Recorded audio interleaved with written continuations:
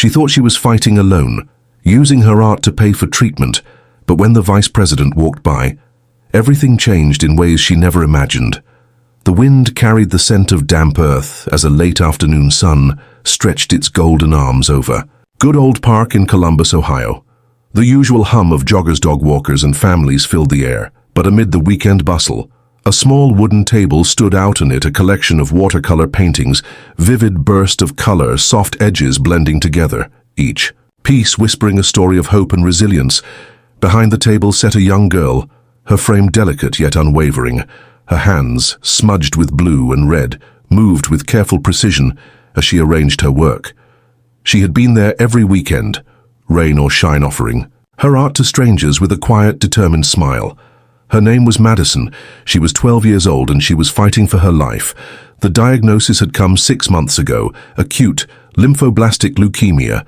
The word itself felt like an avalanche, bearing her family. Under a crushing weight of fear and hospital bills, treatments drained not just their finances, but their energy. Their hope insurance covered some of it, but not enough, not nearly enough. That was when Madison decided to do something she had always loved. To paint ever since she could grip a brush with her tiny fingers. She turned blank pages into worlds of color. At first she painted just to escape. The sterile walls of the hospital room disappeared. When she dipped her brush into a swirl of blue, the beeping machines faded. When she traced the soft curve of a sunrise. But then she had an idea. What if I sell my paintings?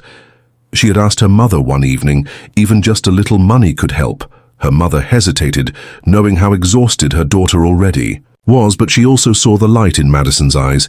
The need to fight, to contribute, to feel like she had some control over what was happening to her body. So they made it happen every weekend. Madison and her mother set up the table in the park at first. People walked by offering polite nods or small smiles, but soon curiosity turned into something more. A few stopped, drawn in by the raw motion in her work. Then some simply admired the paintings. Others purchased them, leaving behind words of encouragement. "Quiet donations, did you paint this one?" An elderly woman asked one day, pointing to a piece depicting a lone tree against a stormy sky. Madison nodded. "Yeah, it's about standing strong, even when things get really hard." The woman blinked rapidly, then pulled out her wallet, but not everyone understood. Some assumed it was a school project. Others questioned if the paintings were really her. One man scoffed, shaking his head, cancer a little dramatic. "Don't you think?" Madison's mother stiffened, but her daughter simply lifted her chin.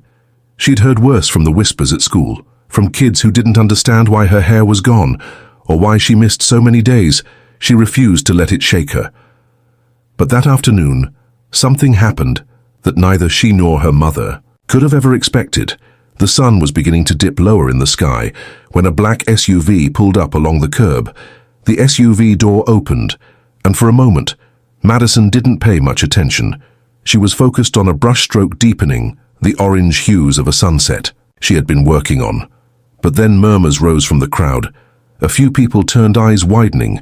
She glanced up and saw a man stepping out, his tall frame moving with an air of purpose.